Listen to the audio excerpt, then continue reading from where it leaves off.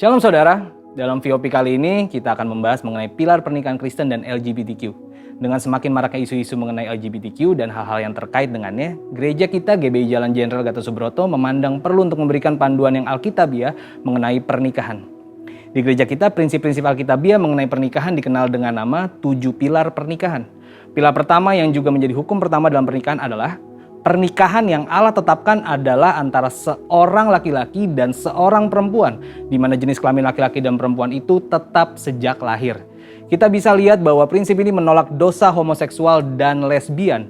Mengapa hal ini penting? Karena pada mulanya Allah menciptakan manusia laki-laki dan perempuan. Allah memberkati mereka dan memberi perintah untuk beranak cucu dan bertambah banyak memenuhi dan menaklukkan bumi. Kemudian dengan jelas Allah memberikan satu hukum bahwa seorang laki-laki akan meninggalkan ayahnya dan ibunya dan bersatu dengan istrinya, yang adalah satu orang perempuan sehingga keduanya menjadi satu daging. Jadi sesungguhnya pernikahan yang Allah ciptakan itu heteroseksual, yaitu antara satu orang laki-laki dan satu orang perempuan, bukan yang sesama jenis atau homoseksual. Perlu diingat juga bahwa ketika Allah menciptakan Adam sebagai seorang laki-laki dan Hawa sebagai seorang perempuan, Allah tidak bertanya pada siapapun. Allah menentukan gender seseorang dalam kedaulatannya dan tidak dapat diganggu-gugat oleh siapapun. Jadi jika seorang menolak gender yang Allah putuskan, hal itu seperti menolak Sang Pencipta, yaitu Allah sendiri. Bagaimana jika terjadi orientasi seksual yang berbeda dengan gender bawaan lahir?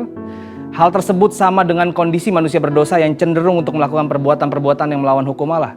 Apakah seseorang dapat berkata, karena saya memiliki kecenderungan untuk melakukan perbuatan pelanggar hukum, jadi saya lakukan saja pelanggaran itu? Tentu tidak demikian. Orientasi yang keliru itu tidak dapat dijadikan alasan untuk melanggar hukum Allah, tetapi harus dikendalikan dan diarahkan kepada orientasi seksualnya yang benar, yaitu yang sesuai dengan gender bawaan lahirnya. Jadi ketika kelompok LGBTQ berusaha supaya keberadaan mereka dapat diterima secara legal di Indonesia, sekalipun banyak pandangan yang pro dan kontra, gereja perlu mengambil sikap yang sesuai dengan Alkitab. Sekarang mari kita lihat faktor-faktor apa saja yang menjadi penyebab LGBTQ. Faktor pertama yaitu adalah faktor pola asuh dalam keluarga. Faktor pengasuhan dalam keluarga punya pengaruh yang sangat besar terhadap perkembangan satu individu, dari bayi sampai dewasa. Perkembangan yang dimaksud mencakup tubuh, jiwa, dan rohnya. Karena itu parenting yang baik sangat penting supaya seorang anak yang akan berkembang dengan baik.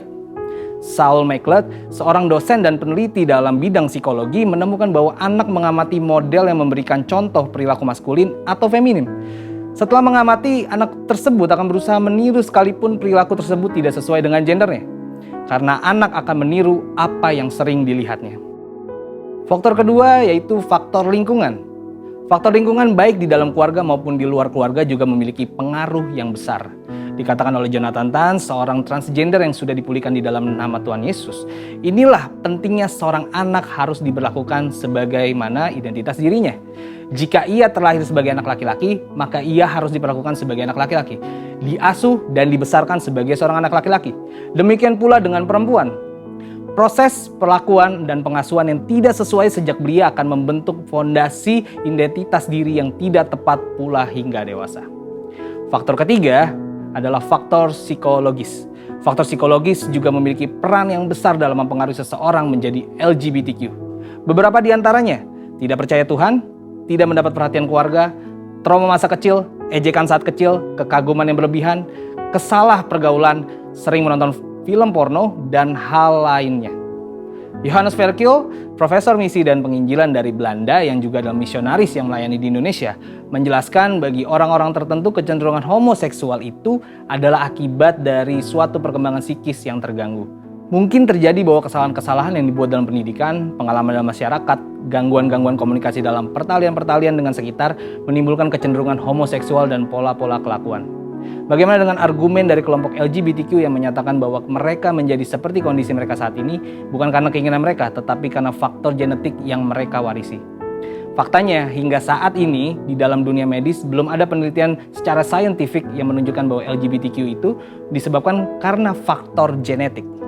Jadi, setelah mengetahui hal-hal tersebut, bagaimana seharusnya sikap dan tindakan gereja mengenai hal ini? Untuk menjangkau dan memulihkan kelompok LGBTQ, gereja perlu memperhatikan hal-hal berikut. Pertama, Yesus mengasihi semua orang berdosa tanpa memandang dosa masa lalunya. Contohnya, Yesus mengasihi dan menolong wanita Samaria yang telah bergonta-ganti pasangan sehingga wanita itu berubah dari seorang wanita yang hidup bebas menjadi seorang penginjil yang memenangkan banyak jiwa. Yang kedua, salah satu penyebab kuat LGBTQ ialah faktor pola asuh keluarga. Karena itu gereja harus memfasilitasi para orang tua untuk dapat melakukan parenting dengan benar. Ketiga, gereja harus menghindari sikap menghakimi kelompok LGBTQ. Mereka harus berusaha menjangkau dan melayani mereka. Keempat, gereja-gereja di Indonesia perlu aware dengan perkembangan kelompok LGBTQ di Indonesia. Diperkirakan saat ini di 25 provinsi di Indonesia telah ada organisasi LGBTQ yang telah berusaha dengan berbagai upaya agar LGBTQ dapat diterima secara legal di negeri ini. Sebagai kesimpulan, kita mengerti bahwa pernikahan yang Allah tetapkan adalah satu orang laki-laki dan satu orang perempuan, di mana jenis kelamin laki-laki dan perempuan yang dimaksud adalah bawaan sejak lahir. Faktor pola asuh keluarga yang tidak sehat dan faktor lingkungan adalah dua faktor yang menyebabkan LGBTQ. LGBTQ bukan disebabkan oleh faktor genetik, karena LGBTQ dapat disembuhkan bila yang bersangkutan memiliki keterbukaan. Dengan kasih Kristus, gereja dapat menjangkau dan memulihkan kaum LGBTQ. Saat ini kelompok LGBTQ telah berkembang di Indonesia. Oleh karena itu, gereja-gereja di Indonesia perlu membangun jaringan kerjasama untuk membuat pelayanan yang terencana dan berkelanjutan untuk melayani dan memulihkan kaum LGBTQ.